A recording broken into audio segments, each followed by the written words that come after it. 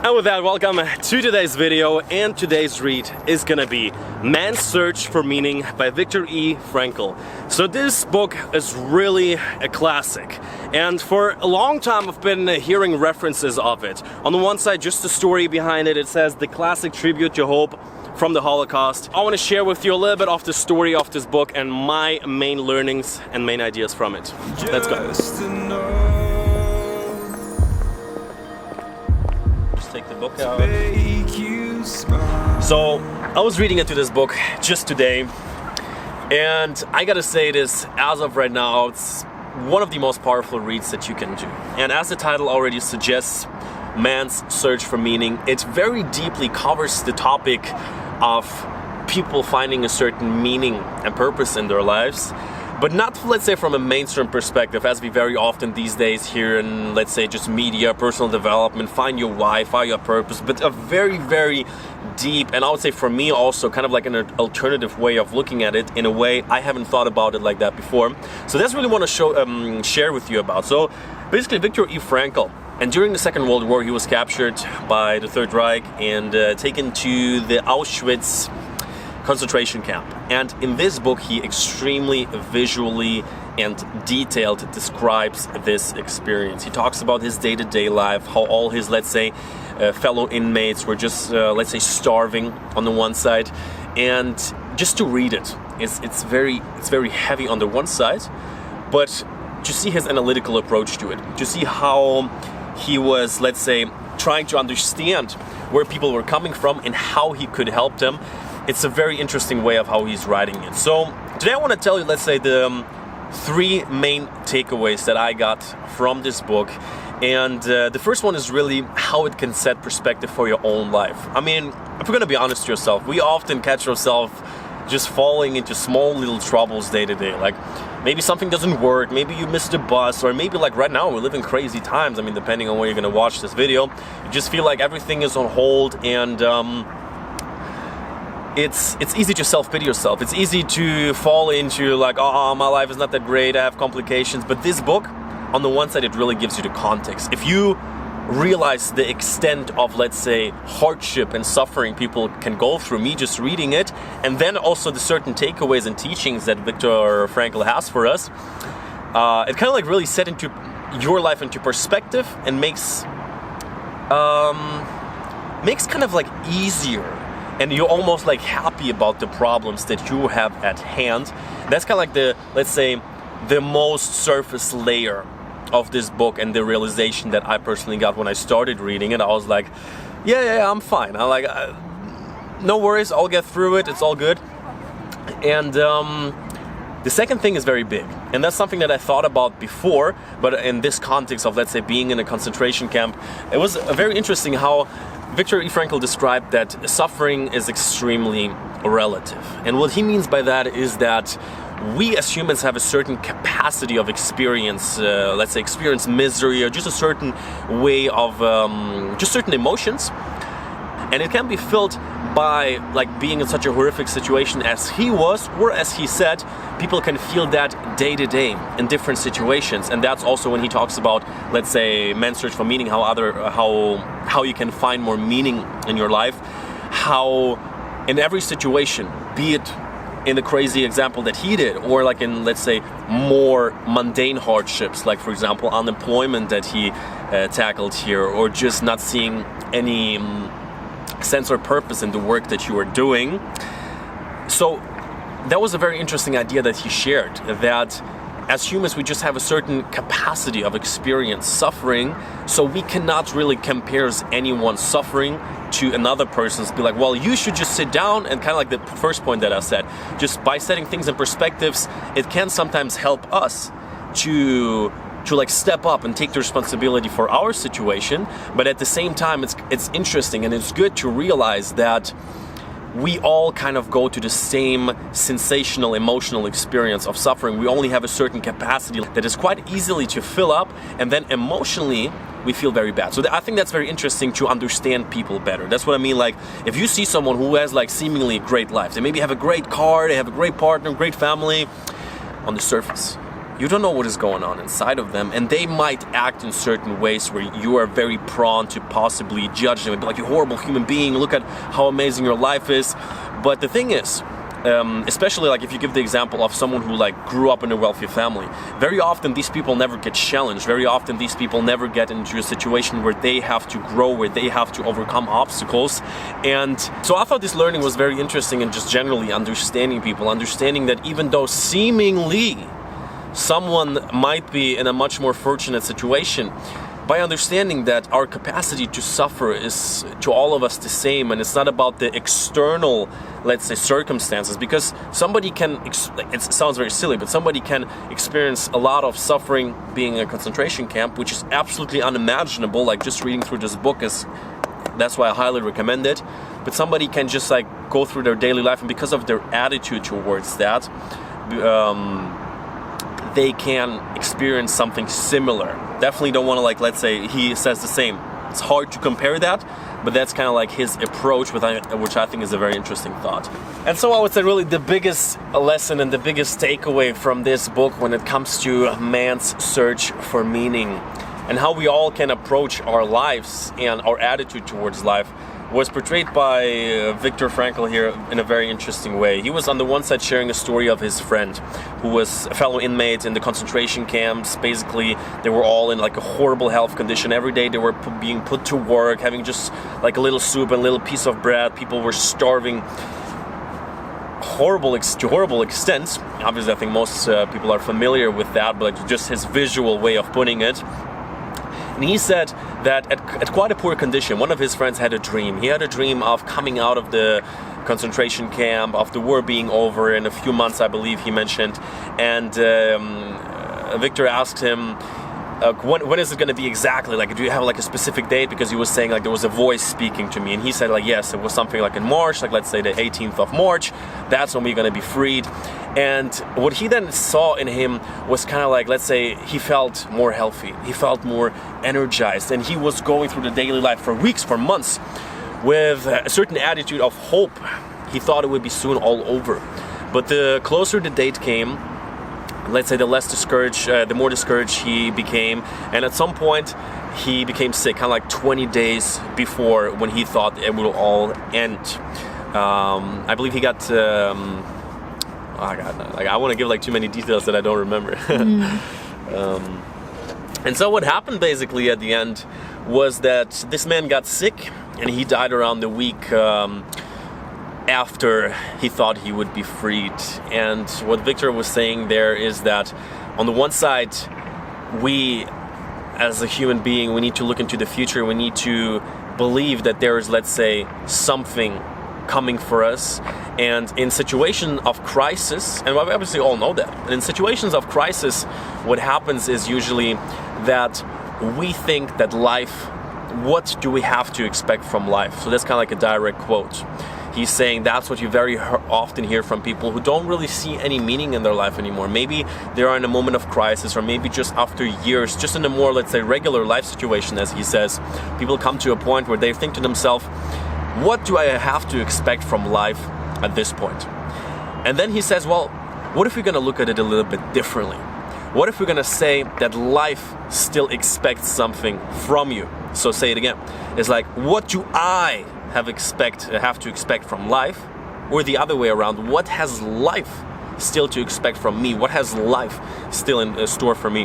And what Frankl is talking about here is the fact that on the one side, you could see everything that you're doing in life as a proactive measure. You just go out and you want to do things and you want to achieve them. And that's kind of like where you build your personality around. But if you're going to be stripped from all of that, it's really going to come down to there might be points in life where you might feel that life has nothing in store for you anymore.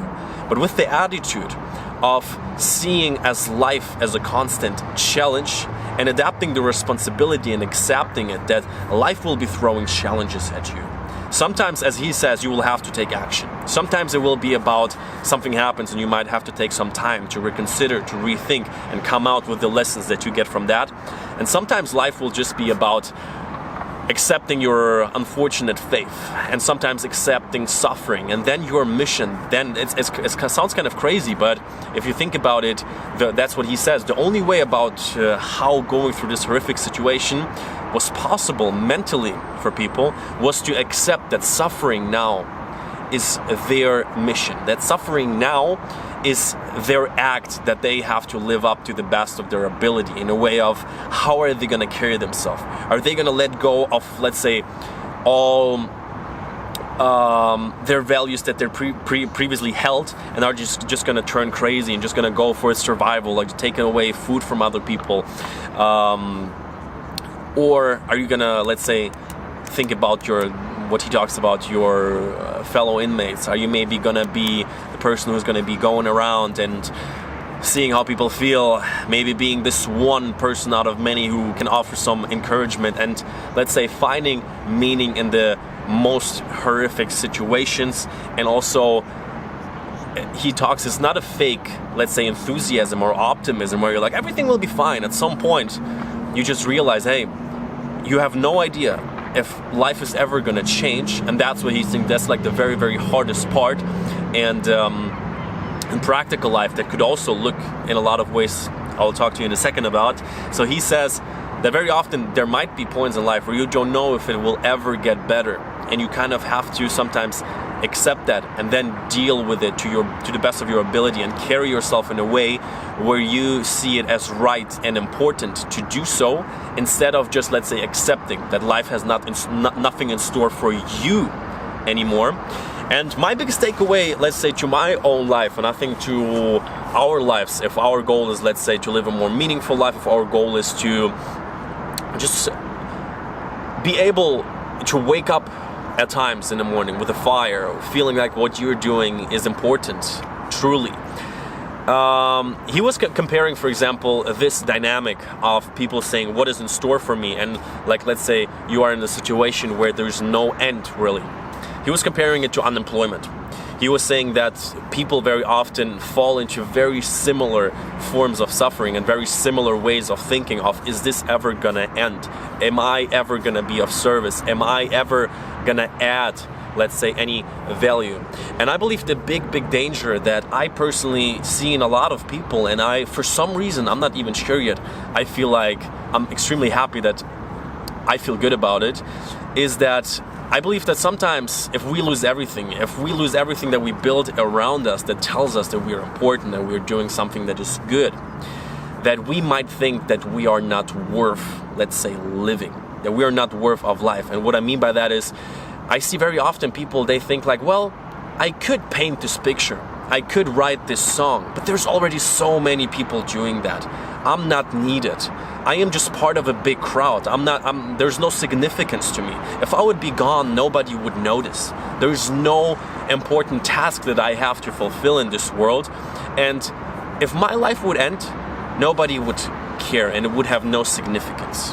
And while that sounds very, let's say, harsh and dense and heavy, I believe that, or let's say I observed that unfortunately a lot of people feel like that about themselves. I don't know, maybe it hits a little bit home with you. I mean, maybe at times I was experiencing that too.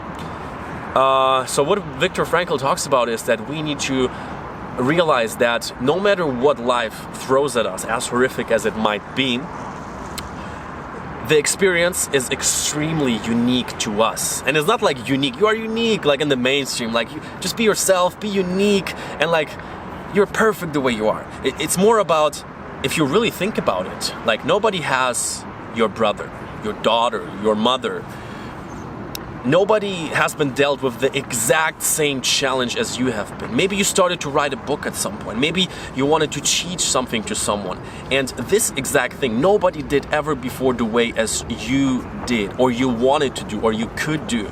So nobody can do what you do. And as idealistic as it sounds, it's not about you or me or anyone else changing the world. It's about understanding that in the whole universe, while you are extremely insignificant and just a little burst of light, even less than that, still, when it comes to your personal well-being and your, let's say, groundwork of finding meaning in your life, we need to find ways to internalize that we are worthwhile. Whatever we have to give to this world, we need to give it to the best of our ability. We need to commit to the process of, let's say, giving as much as we have, because this is the only meaning that our life, in my opinion, and you, of course, you might disagree. Also, I'm, let's say, mostly referring to what Frankl was saying here. And to me, the big difference in the way that he put it is that right now in personal development, me personally, I see it in myself. So I'm first of all talking to myself here. I see that a lot of people, they want to adapt, let's say, purpose or responsibility or a meaning, a why, motivation. What is your motivation? Just to kind of like feel better about themselves.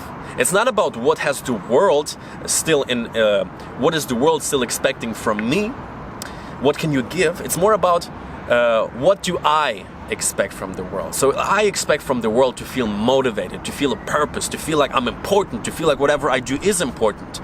So that's the reason why we very often in the first place, especially when we get into personal development, we want to find this why for us. It's kind of like a little bit of a selfish, little bit of an ego thing, because we kind of want to find something to believe in. And while I think that is much, much better than just being stuck in apathy, not caring about anything and just like laying on a sofa all day, I think it's a good first step. And I definitely found myself there still in the past few years, really like, what do I want to do? What is the meaning behind that?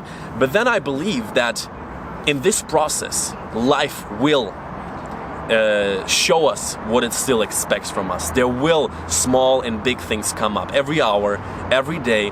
It's your daily conduct. What Frankl says, it's not about what you talk about like we do here right now together. It's not about what you think is right. It's about your daily actions and your conduct. And for me, what it means, to be honest, the past few days have been great. I'm spending a lot of time at home, but I know that in the long term, when it comes to my conduct, it's extremely important for me to hold myself accountable to having a certain output of creative videos, to having certain, let's say, routines in place, finding a way to work out.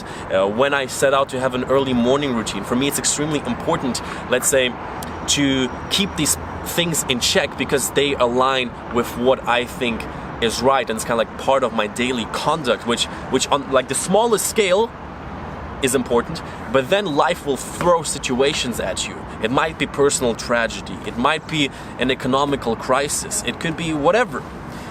I mean, as crazy as it could get in this example, he was just living his life, he was just a psychotherapist, just doing his job, and then he got taken away into a camp where they tried to completely hunger him down, take all of the living juices out of him, make him work all the time. And by a miracle, he survived and is able now to pass on these perspectives. And so that's why I believe, I don't think there's anything wrong. As I said, I think it's much better to go out and be like, hey, what is my why, what I want to do? And it kind of like empowers you and it make you feel cool and it make you feel good. It's an ego thing. It's kind of like how you want to see yourself. You maybe have a little bit I maybe have a little bit grandiose ideas of like, yeah, this could be me, I would be so cool, And while that is normal to a certain extent, it doesn't produce anything. And life will show what it expects from you, no matter what. We all gonna experience extremely individual hardships, and I would say that is really the core message of man's search for meaning. We need to have this deep-rooted belief that nobody goes to the exact same challenge. The world expects from you something extremely unique, and we need to always remember that no matter how hard the hardship is, and I think that's like the most amazing perspective to have, we need to adapt the responsibility, and we cannot fall into the belief that, well, somebody else will do it, because nobody will do it for you. And if you will be gone, it will be, let's say, an unfulfilled potential. It will be an unfulfilled expectation that the world had towards you. And so with that, a little bit of a more dense video, seriously, reading this book is just like, ooh, highly, highly recommended. And with that, I think I might do another video elaborating on the book a little bit more. I hope you enjoyed today's little talk. And with that, as always, check out the description box, reach out on Instagram, and we're gonna see each other very soon. Just to know. That was dense.